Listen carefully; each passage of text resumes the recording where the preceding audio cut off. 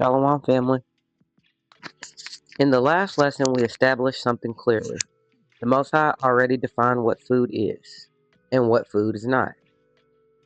And we saw in Acts 10 that nothing about that definition was changed.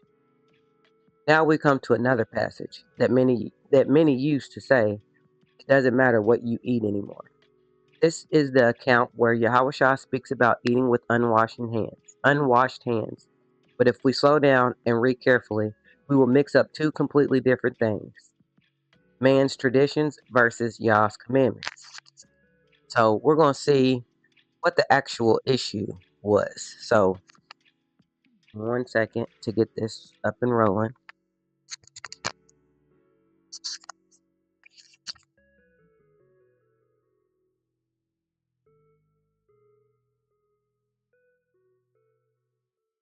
We're going to start in Matthew.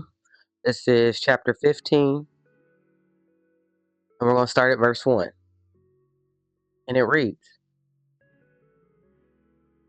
Then came to Yahushua scribes and Pharisees, which were of Jerusalem, saying, Why do thy disciples transgress the traditions of the elders?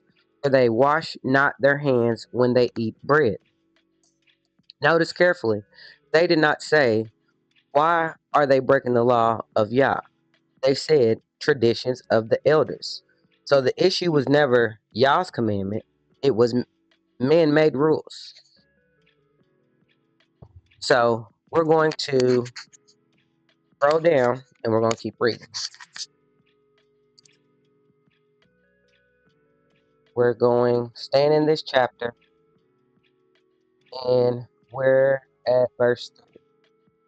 So here it reads, But he answered and said unto them, Why do ye also transgress the commandments of Yah by your traditions? I don't know how people miss this. I don't understand how they, when they're reading the story, they miss this. But a lot of it is they're listening to their pastors, preachers, teachers, family members, whoever. But it says clearly right here in verse 3, after this. But he answered and said unto them, Why do ye also transgress the commandment of Yah by your traditions?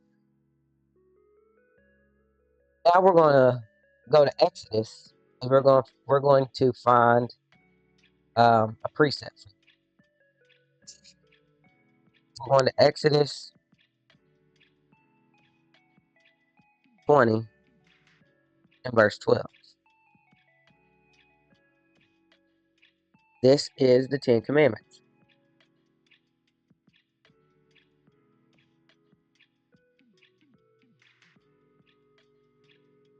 Actually, we need to go back to Matthew. We need to read verse 4. Skipping along in my notes. So, we read in 3 his response, but he answered and said unto them, Why do you transgress the commandment of Yah by your traditions? And if we keep going down, not if we keep going down, if we take from verse 3, he flips what they're saying back on them. They accused the disciples of rebellion, and Yahushua showed they are the ones rebelling. And when we keep reading down to 4, For Yah commanded, saying, Honor thy father and thy mother, and he that curseth father or mother, let him die the death. So he's using the commandments. He's using the word against them. Not saying he's against them, he's against their doctrine. So he's going on, he's moving from what they're talking about, which is nothing, traditions of men, and he's going to the law. And when we go back to Exodus 20 and 12, this is what he's quoting. He's quoting the law. And it reads, Honor thy father and thy mother, that thy days may be long upon the land which Yahweh thy Elohim giveth thee. So Yahushua goes straight to the law. He's not introducing anything new. He is restoring what was already written. So now let's go back to Matthew, and we're going to keep reading this story. Matthew 15, and we are in verse 5.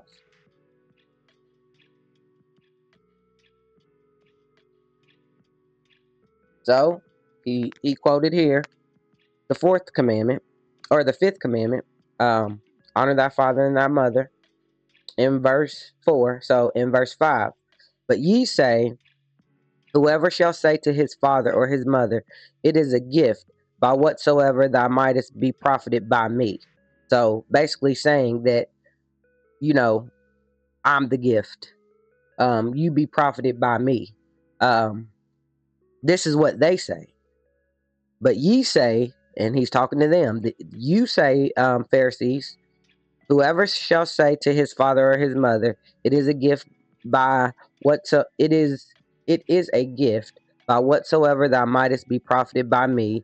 And we're going to 6. And honor not his father or his mother, he shall be free. Thus have you made the commandment of Yah of none effect by your traditions.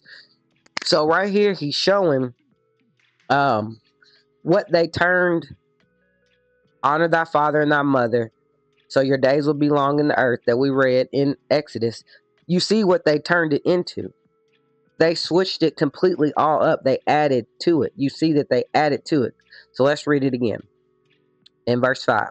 But ye say, whosoever shall say to his father or mother, it is a gift. Let's see what this dedicated to the temple.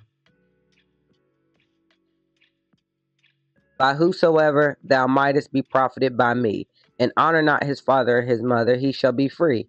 Thus have you made the commandment of Yah of none effect by your traditions. So they turned it into naught. They turned it into nothing by adding their traditions to it. So their traditions allowed people to avoid caring for their parents while appearing righteous. We see here, this is an example of how adding to the scripture makes his Yah's word nothing, absolutely nothing. You turned by their traditions, they turned this commandment into a sin, is what they did. So what did they do? They broke Yah's commandment. So we read in 6, their traditions didn't just add, it overrode Yah's word. So we're going to keep reading down, and we're in Matthew 15, and we're going to read from 7 to 9. Give me 1 second. I left my mouse at work, so I'm having to do all this with 2 fingers. So, Yahweh Shah, and you see it's in red letters. I'll say this. Reading in the Sefer, I believe that they don't have the red letters. And when you go from, which I like the Sefer, it took me a while to get used to it, but also it took me a while to get used to reading the KJV. But I like reading the KJV because it makes you slow down. And so you, as you see, many times where I was just reading, I had to slow down because of the days and the thous and the cursed and so on and so forth. But it makes you slow down and read slowly, so you get more edification from what you're reading. But we're in verse 7, and it says, ye hypocrites. Well, didn't Isaiah prophesy of you, saying, the people draweth nigh unto me with their mouth, and honoreth me with their lips, but their heart is far from me. But in vain they do worship me, teaching for the doctrines of the commandments of men.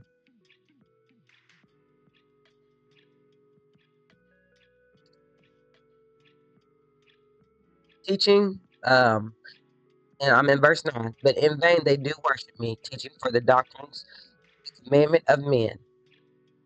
And he called the multitude and said to them, hear and understand. Hear and understand.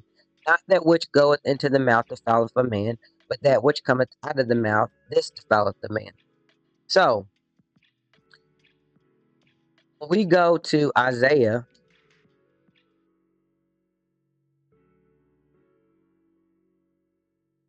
when Isaiah 29 and 13, this is what Yahweh Shai was talking about when he said, he was quoting Isaiah. He said, it's Isaiah 29:13. He said, wherefore Yahweh, or Adonai said, or we're going to say Elohim said, for as much as this people draw near me with their mouth and with their lips do honor me, but have removed their heart far from me, and their fear toward me is taught by the precept of men. This is what Yahweh Shai is talking about. It was already spoken. He's going back to what we call today is the Old Testament. That's all they had was the Old Testament. None of these books in the New Testament was written. That's all they had was the Old Testament. So for people that say we're New Testament only, you won't understand the New Testament if you don't understand the Old Testament, because everything Yahweh Shai said, even the 10 Commandments, are in the Old Testament. They're in the law. They're in the Torah. So to make this plain, they were correcting based on man's commandments. Yahweh Shai corrected them using Yah's commandment. The real issue was never unwashing hands. The real issue was putting man above Yah. So the statement that people misused was in Matthew, and we're going back to 15, and we're reading at 11. This is the statement that they use. We're going to reread it. Matthew 15, verse 11. Not that which goeth into the mouth defileth the man, but that which cometh out of the mouth, this defileth the man. Many stop here and assume two laws don't matter anymore.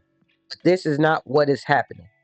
It said in verse 1 that the Pharisees came and was upset with them because they didn't wash their hands before they ate bread. So where are we getting?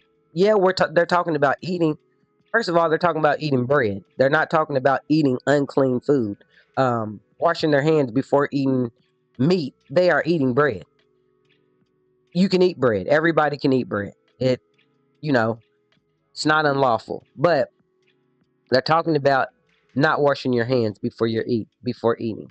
So we're going to go down to. We're still in 15. We're going to read at 17 through 20.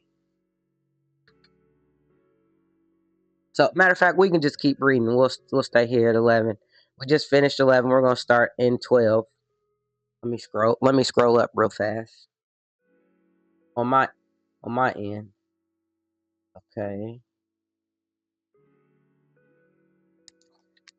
So we're at verse 12, Matthew 15, verse 12. Then came his disciples and said unto him, knowest thou that the Pharisees were offended after they heard this saying? But he answered and said, Every plant which my heavenly Father hath not planted shall be uprooted. Let them alone. They be blind leaders of the blind, and if the blind lead the blind, both shall fall into a ditch. Then answered Peter and said unto him, declare unto us this parable. And Yahushua said, are ye also without understanding? Do not yet understand that whatsoever in it entereth in at the mouth goeth into the belly, and is cast out in the draught? But those things which proceeded out of the mouth come forth from the heart, and they defile the man. This is the key right here. For out of the heart proceed evil thoughts, murderers, adulteries, fornication, theft, false witness, blasphemies. Let me keep scrolling down.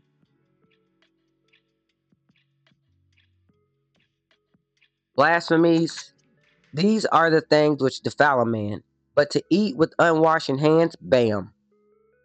To eat with unwashed hands defileth not a man.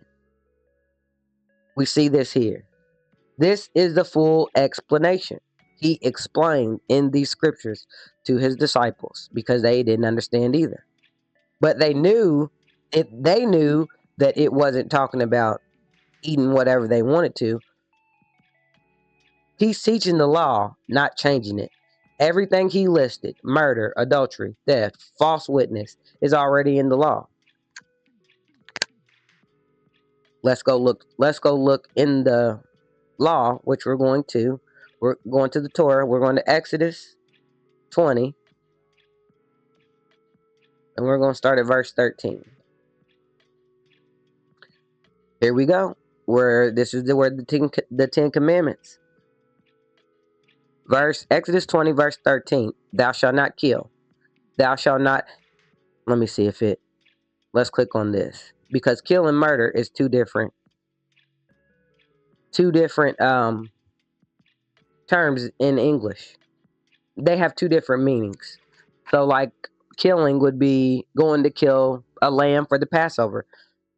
Murder is different. So here we have in the Strongs a primitive root, properly to dash in pieces, that is, kill a human being, especially to murder, to put to death, kill, manslayer, murderer. The Brown Driver Briggs definition, it says to murder, slay, kill. So murder and kill, murdering and killing are two different terms. It's lawful to kill a we're just going to stick with animals. It's lawful to kill something that you're going to eat. That's lawful. But it's not lawful to murder a man. You get mad at somebody and you murder them. That is not lawful. That's the difference. And we're not going to go on a rant about the difference within murdering men or killing men. We're not going to get on a rant. It's not necessarily a rabbit hole, but it's not for this lesson today. So 13, thou shalt not kill. 14, thou shalt not commit adultery. 15, thou shalt not steal. 16, thou shalt not bear false witness against thy neighbor. This is what he's talking about. Now we're going to look at some more. We're going to go in Leviticus. We're at Leviticus, and we're going to 18. We're not going to read each and every one of these, everything here. On your own time, you can go through this, because this is where his statutes, judgments, so on and so forth, the ordinances, and so on. But here, these are like laws on sexual sin. Let's see. We'll go through a couple of them. Okay. We're in Leviticus 18, and we're at 6. None of ye shall approach to any that is near of kin to him, to uncover their nakedness. I am Yahweh. The nakedness of thy father, the nakedness of thy mother, shall thou not uncover. She is thy mother, thou shalt not uncover her nakedness. The nakedness of thy father's wife shalt thou not uncover. It is thy father's nakedness. So the father's nakedness is his wife. So, now we're going to go. We're staying in the book of Leviticus. We're going to 24 and 16.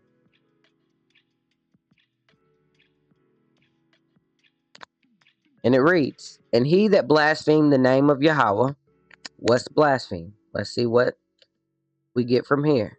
We're going to the Strongs. A primitive root, to puncture, literally to profane, with more or less violence, or figurativity.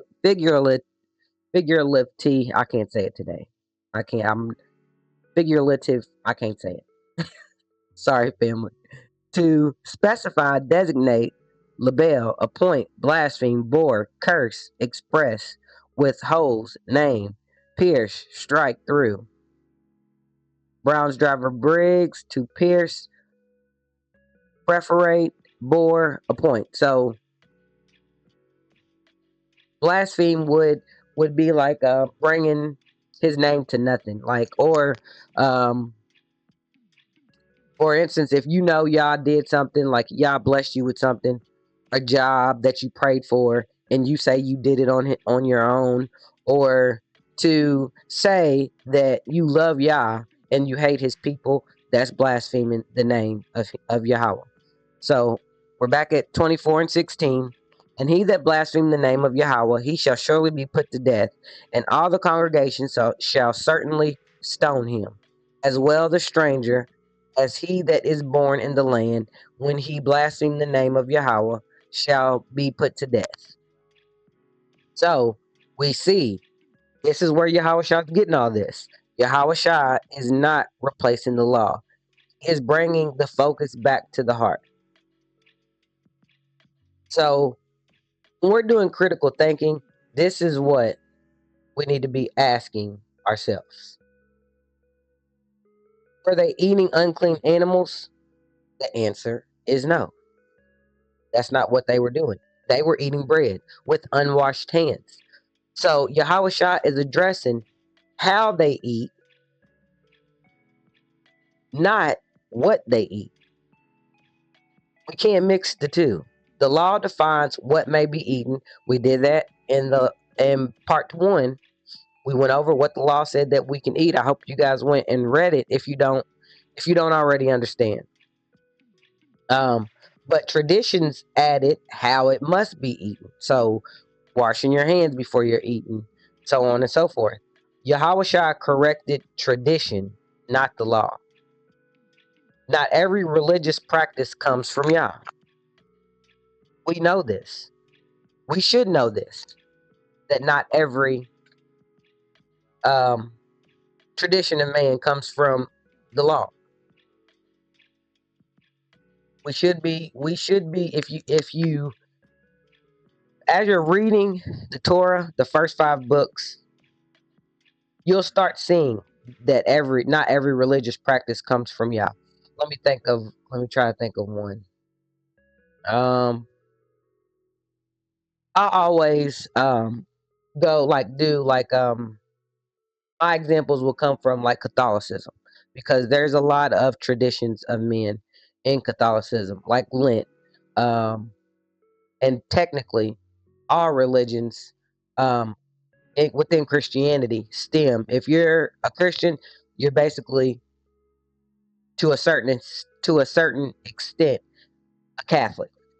You just don't practice all their traditions of men. But traditions can override truth if not checked.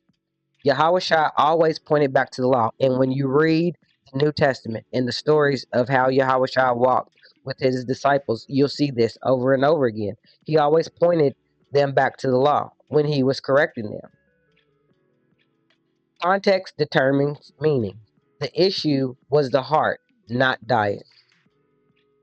So, when we read this correctly, we can see clearly Yahweh Shai was not given permission to eat what Yah already said not to eat. We weren't even talking about animals in this chapter.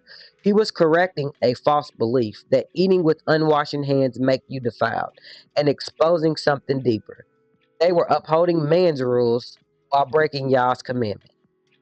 So for us today, when we're reading these scriptures, don't use a scripture about unwashing hands, this story, to justify eating what Yah never called food. They were offended over unwashing hands. That's crazy. But Yah exposed their unclean hearts. So with this family, I'm going to say Shalom.